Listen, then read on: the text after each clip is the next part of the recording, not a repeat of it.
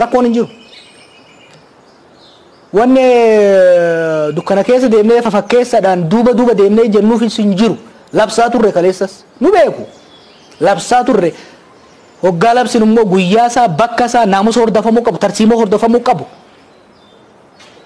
Code of conduct clear lafa keenyatti kan ittiin deemaa turre. Gara fuulduraas hin goona kana beekuu danda'uu qaban. Hin goona yoo adeemsi seeraaf sirna adeemsi dirree siyaasaa keessatti godhamu hin danda'amne ummanni sun mirga isaa deebisuudhaaf finciluu qaba jennee gaafa murteessine hin labsina kana. Akka amma isaan yaadanitti biyya keessa waan jiraniif kanan godha yoo kajaan taate isaan wrong. Nuti qabsaa'ota qabsoo biyya kanas kan galle qabsoo fi biyya alas waggaa turre qabsoorra turre jechuudha. Kanaaf siyaasaa fakkeessaa keessa seenuu barbaadu. Ammatti kan mootummaa gaafachaa jiru clear and clear. Kuni gaafii siyaasaati miti. Gaafii lubbuuti. Ilmi Oromoo intalti Oromoo har'as gadaa kana keessatti ajjeefamuu hin qaban. Seeraan ala hidhamuu hin qaban. Torture ta'uu hin qaban. Dhaabbachuu qabaadha jechuudha. Kun kana dhaabuun immoo hunda caalaa mootummaadhaaf faayidaa qaba.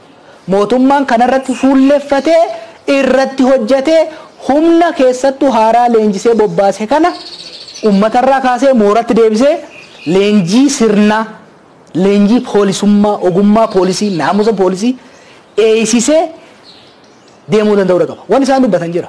Olaantummaa seeraa kabajnyaadhaan. Gaafiin uummataa har'as gaafa wayyaanes olaantummaan seeraa haa eeggamuu dabara. Olaantummaa qawwee osoo hin ta'in olaantummaan humna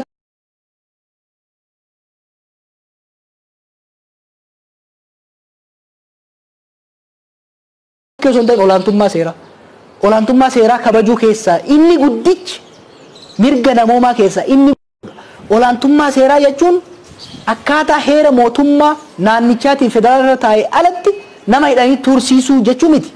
Olaantummaa seeraa kabajuu jechuun karaa seeraatiin nageenya biyyaatii fi uummataa eegsisu jechuudha. Qaamni mootummaa lubbuu namaa ajjeesu,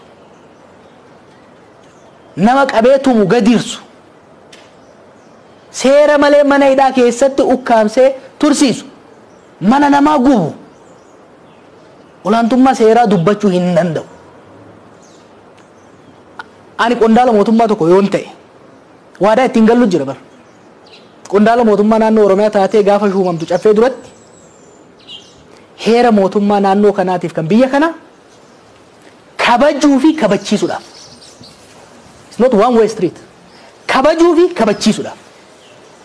Kabajee kabachiisuudhaaf. Seeraaf heera biyya kanaa nama kabaje qofatu olaantummaa seeraa kabachiisuu danda'a.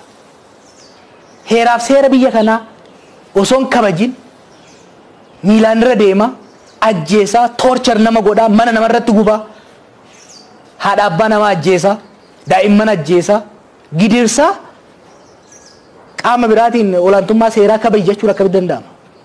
Hin danda'amu. Kanaaf wanni jechuu barbaannu keessattuu poolisii Oromiyaatii fi qondaala mootummaa jiraniin ummata Oromiyaa ajjeesaa hidhaa gidirsaa biyya bulchuun hin danda'amu. Olaantummaa seeraa kabachiisuudhaaf dura seera jalatti bulu seera kabajuudha gaafata. Ummanni Oromoo immoo ifateera ajjeefamuu. Ummanni Oromoo akka hoolaatitti abbaan arge qe'ee keessaa fuudhee isa hidhuu ifateera.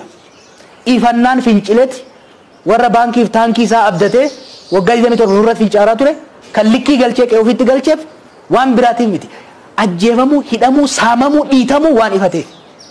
Har'as afaan Oromoo dubbataa ani Oromoodha jecha sin ajjeesaa ati gajja'ina jalatti buli. Sin dhiita ati naa dhiitami, sin saama ati naa butami jechuun is not going to work biyya kana keessatti. Hin fudhannu jechuudha kana. Ummanni kunis hin fudhatu hin qabu jechuudha. Kuni siyaasa miti. Kuni siyaasa miti. Kuni waa'ee namummaati. Kuni mirga uumamaan Rabbi nuu kenne. Ka ummanni keenya immoo lubbuu isaa aarsaa godhate diin harkaa baafate goonfateedha. Amma immoo akka haaraatitti nu sarbuu barbaadan.